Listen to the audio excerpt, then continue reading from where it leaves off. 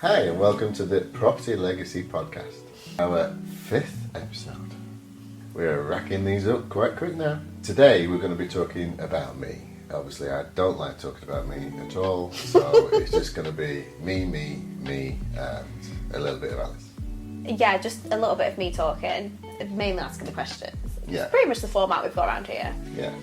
As per usual, I will introduce us. My name is Alice Potter and this is my dad, Steve Potter. This is our podcast all about Dad teaching me about property investment and the property market as a whole, and hopefully teaching some of you along the way.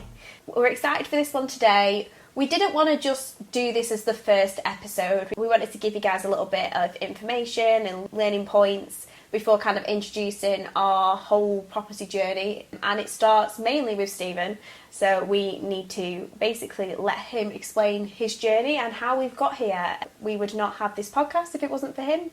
We would not have our business. So I think it's important to share Steve's story, and it's a really inspiring story. I think a lot of people will be able to relate to it or find it aspirational, and if you're just starting out in your property journey, it's a good place to start. I feel like there are no limitations to where you can get started with this type of thing, regardless of age or experience. It's all about if you've got the drive and the determination to do it, and we will be sharing all about that today.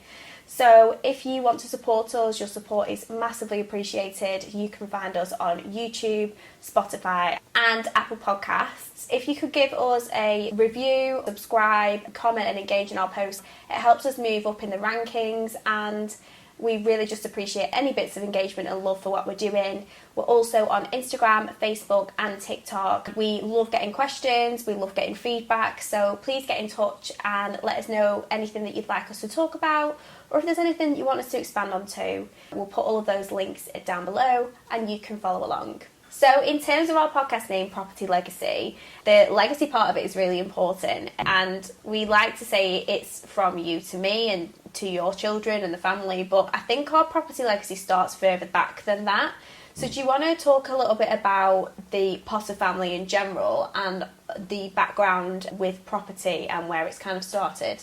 Yeah, so way back when I was very little, my parents wanted to buy as big a house as they possibly could, do it up while I lived in it, and then sell it and buy something else, go up the market that way.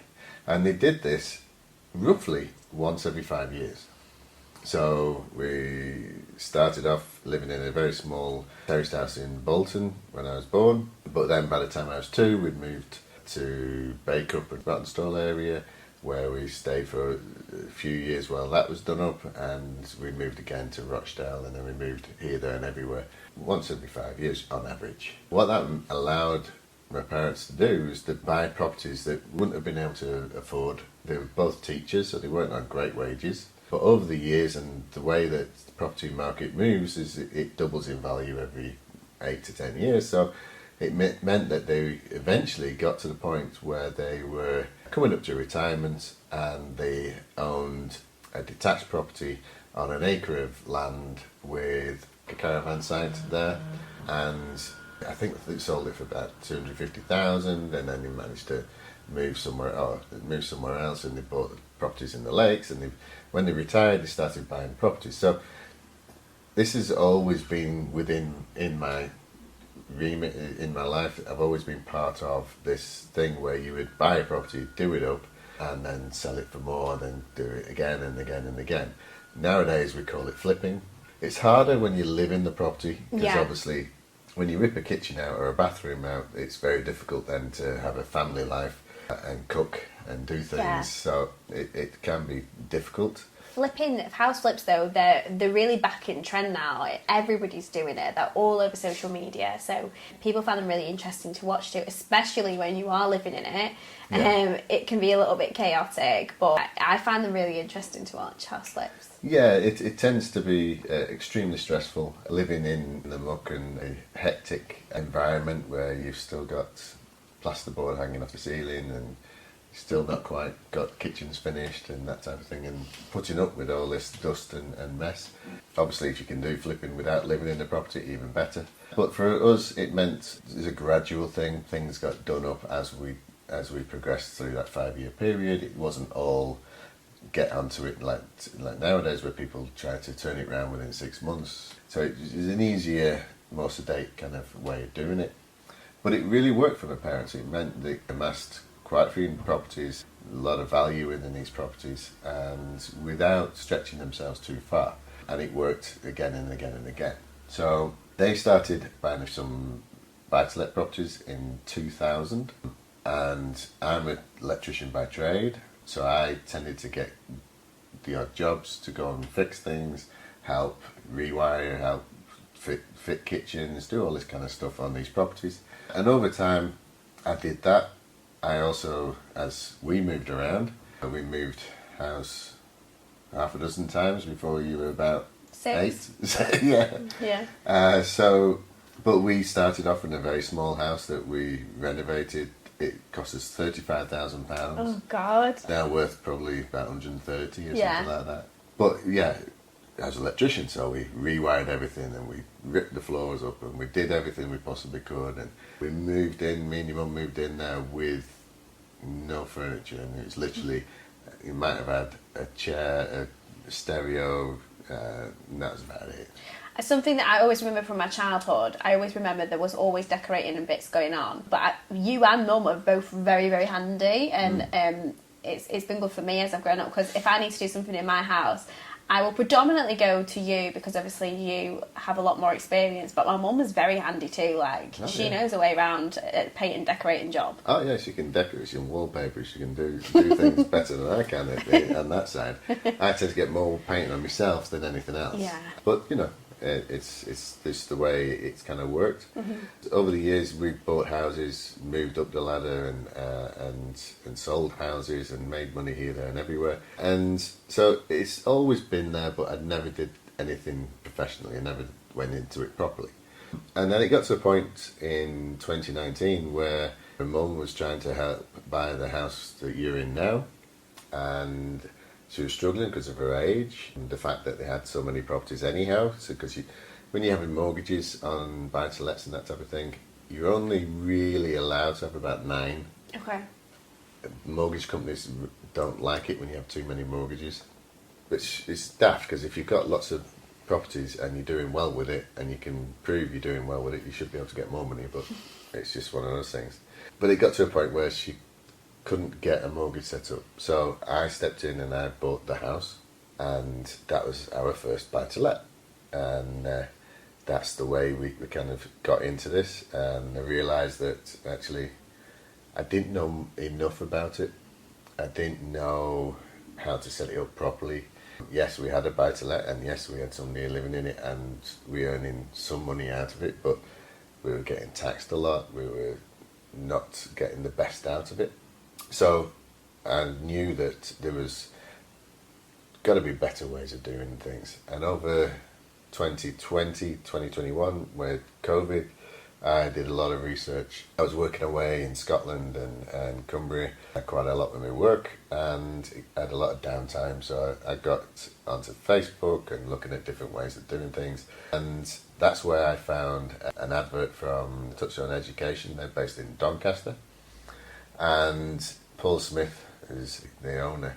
He was talking about commercial property, and it's something that I knew that it was a good area to be in, but I knew nothing about it. So I bought a course, an online course, because obviously nobody could do any physical courses.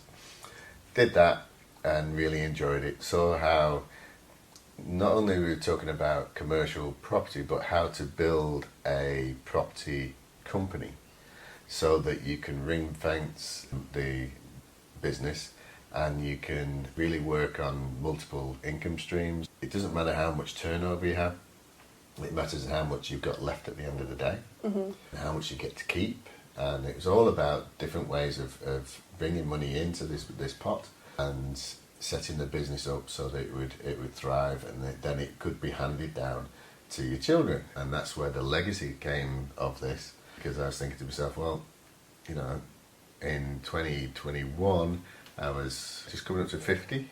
I was quite secure in my work, and I was looking at ways how we could help our children get properties and be secure for the future, because you're trying to do the best for your family and lift them higher up. I bought another course, which is like a 12-month course thing. And from that, I then got really stuck into property buying and working on different ways to do this with not very much money, because at the time, yes, I did have a good job, but it meant I could get mortgages, but we didn't have £50,000. We didn't even have a house we lived in at that time. So it was a case of doing things with the small amount of money we had to start the ball rolling, and things have got easier, things have got harder again, but it's just the challenge to go through it. I think the hardest thing was, once you'd done all of these courses, there's that many courses you could possibly do, you had to pick a particular strategy you wanted, exactly how to do it, and really go for it, because knowing something in theory is okay. It's like learning to drive a car. If you know in theory, yeah, you push this pedal, that pedal, and off you go. But actually doing it is totally different.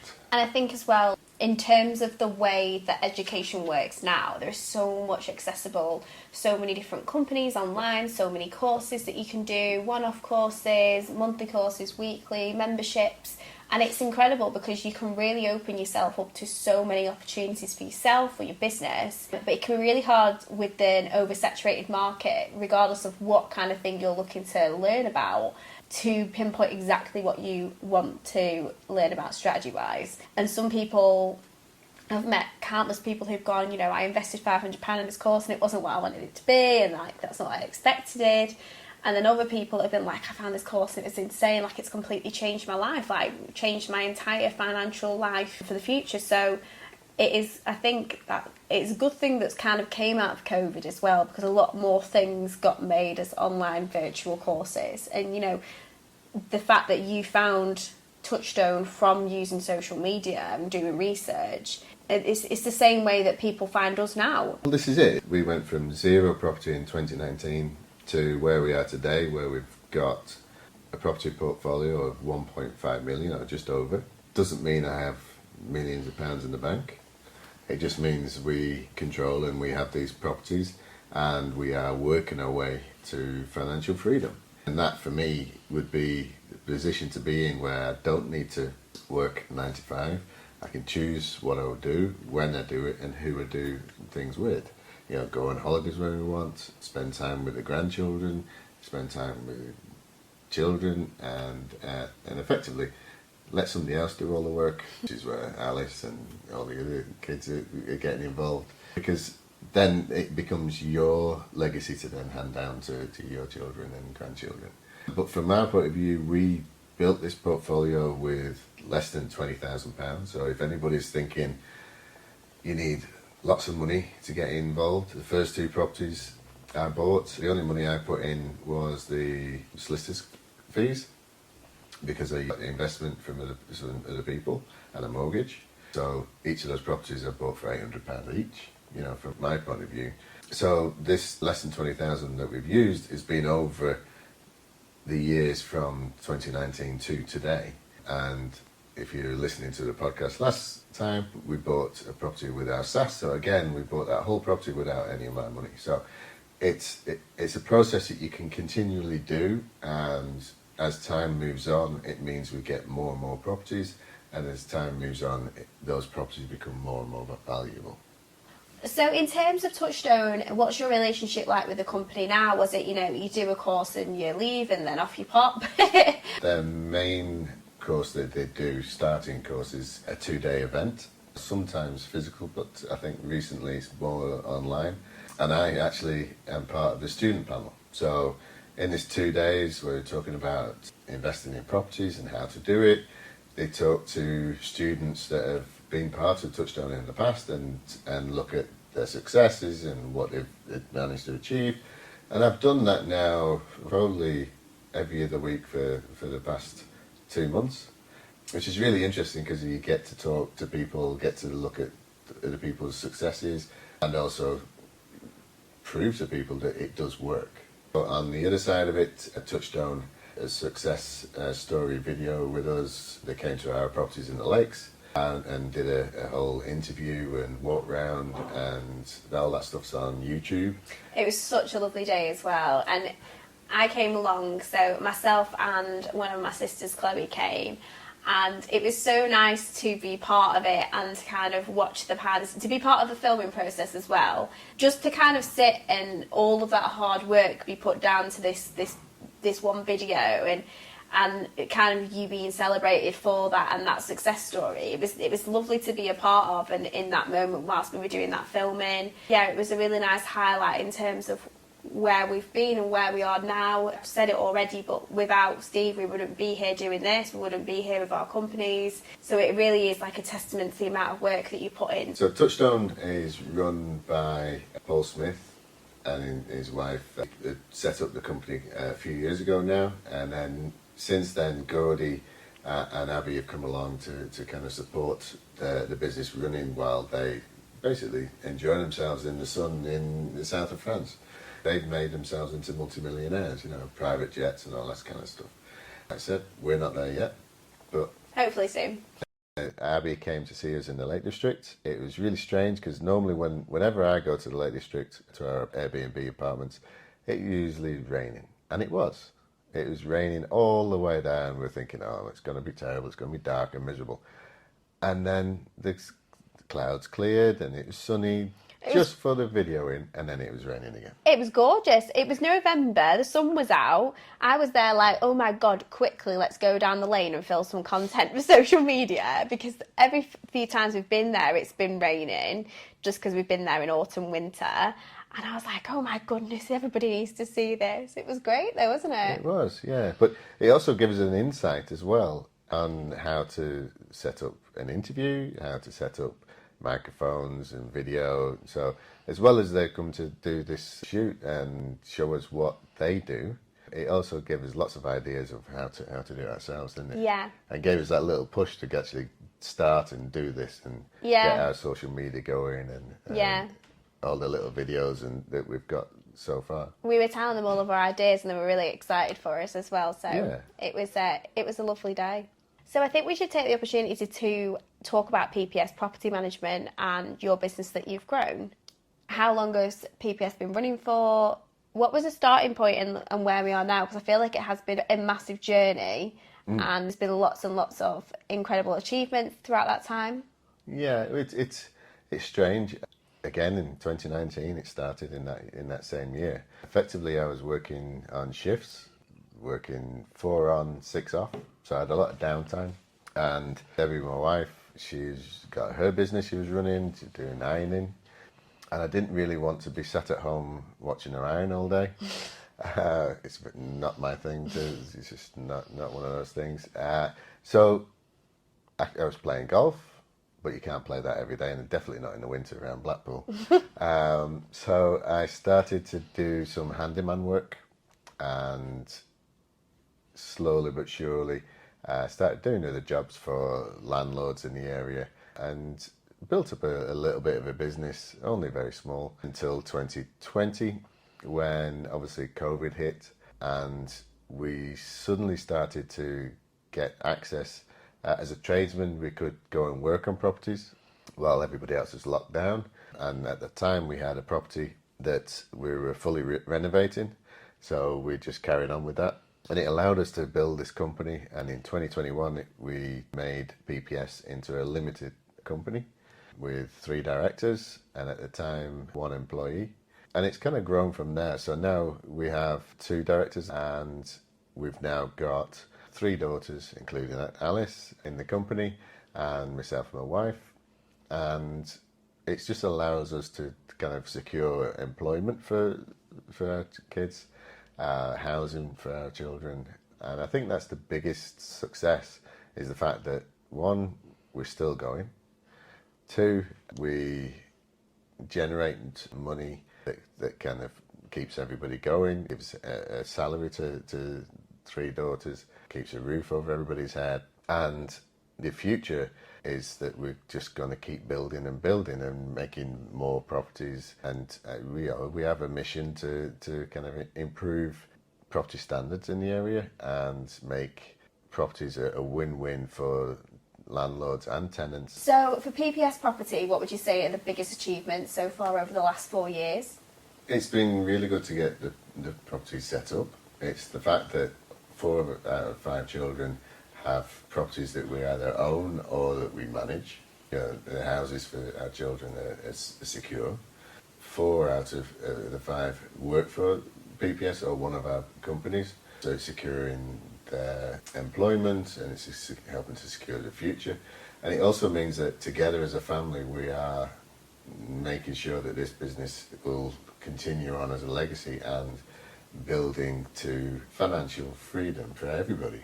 The whole point is to build something that will just keep going and keep providing us with employment and housing, and do that for our grandkids as well when they're old enough to be apprentices and be office staff and all these kind of things if they want to. They don't have to. We have this ongoing joke because currently there are 6 grandsons in the family, aren't there? Mm-hmm. So we have this ongoing joke that we need to get one of each of them on a different trade. That would be great for PPS. Yeah. Box them all off, give them all a different trade. I mean, it's good to learn a trade anyway. And we'd be sorted. We wouldn't have to get any contractors in. And they'd always have work to do. Yeah, well, that's the thing. It's the business at the moment is still quite small, but we manage 30 properties. We do renovations. Last couple of years we've done 4 or 5 renovations a year.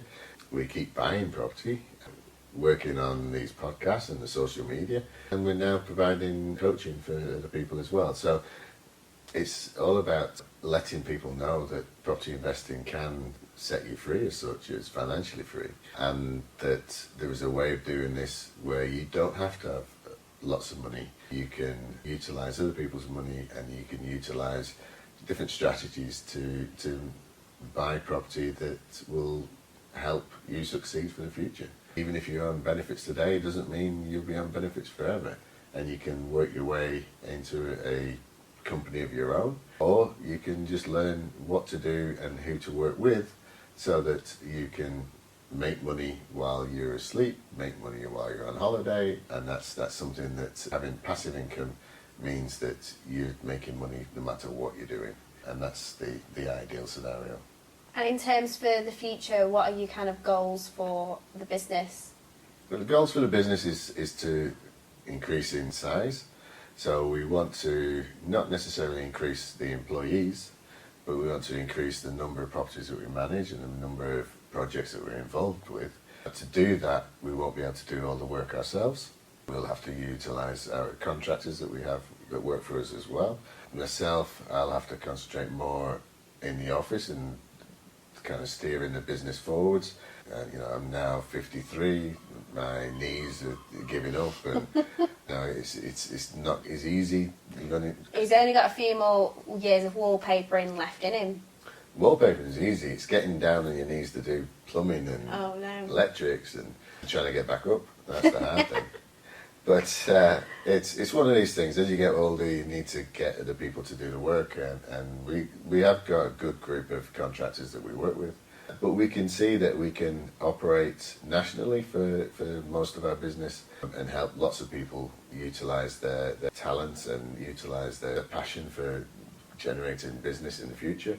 Locally, we can work with the council and we can work with local charities to make sure that we can help the community move forwards, as well as making money as we go. It's not just about making money and being the so-called landlord and getting as much out of it as possible. It's got to be that win-win scenario that everybody succeeds. Of course, and I think living in Blackpool especially, I think any area would get stick for different things. And there's always going to be good and bad parts of any areas and anywhere that you live. But for us, it's making sure that we can provide affordable housing. We can make sure that there's less empty properties that nobody's living in. There's a housing crisis, and we'll continue to talk about this. So whatever we can do to assist with that and to provide safe homes for people, that is a huge goal for the future. No matter who you are, you need to have safe and secure housing for you and your family.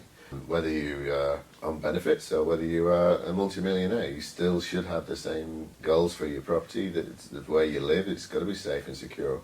It's got to be a nice, warm place to live. And if it's not, If it's damp and miserable and horrible, then nobody's going to be happy. No. So we need to make sure that we work with different landlords, and we work with the council, and we work with different people to bring in better standards of living in the area. As well as the coaching, we also help investors find properties, either here in Blackpool or elsewhere in the UK. But what we're trying to do is get people with money from the south of the country or abroad to invest in the Blackpool area. And by doing that, we can then get the properties done up, and we can help people make money at the same time, but we can also give good property management practices a go and make sure that we help property investors and tenants get the most out of their properties. And we've built up quite a nice network over the last year. Steve has been very busy on LinkedIn and has created our property networking group. So it's a free group. We've got currently over 500 members in there. 530. 530. So it's a very active group. We've got lots of different people that are property related in there from the UK and beyond.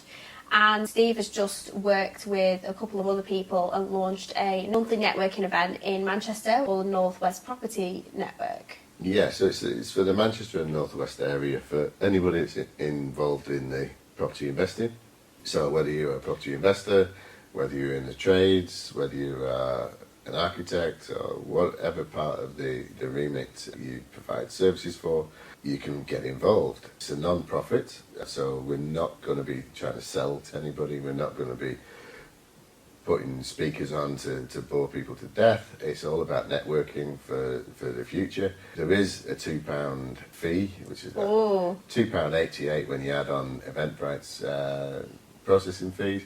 But that's just to help us pay for the venues and anything we need to, advertising and that type of thing. And if there's anything left over at the end of the year, we're going to then donate that to a homeless charity. Oh, amazing. So they're going to be the second Tuesday of every month. Yes. And again, we'll put all of that information in our captions. So if anybody is interested in coming along, and you will know all the information. Yeah. So we hope you've enjoyed listening along today. It's been a little bit more of a personal episode, but hopefully there's lots of things that you can take from this and use Steve as an inspiration in your property investment journey. If you have any questions for us as normal, you can comment on any of our platforms and we will get back to you. If there's any ideas of things you'd like us to do podcast episodes about, please do get in touch. You can find us on our social media platforms. Thank you for listening to us, and we hope that we've inspired a couple of people to start property investing, or if you have already been property investing but didn't know about how to invest in different ways. But you can catch us on our socials, Facebook, Instagram and TikToks. It'd be great if you could like this video and subscribe, or if you're listening to us on Spotify and Apple Podcast, give us a 5-star review. It really helps us to get this out to as many people as possible, and hopefully we can help other people do what we're doing and become financially free. Perfect. Thank you. Bye. Bye.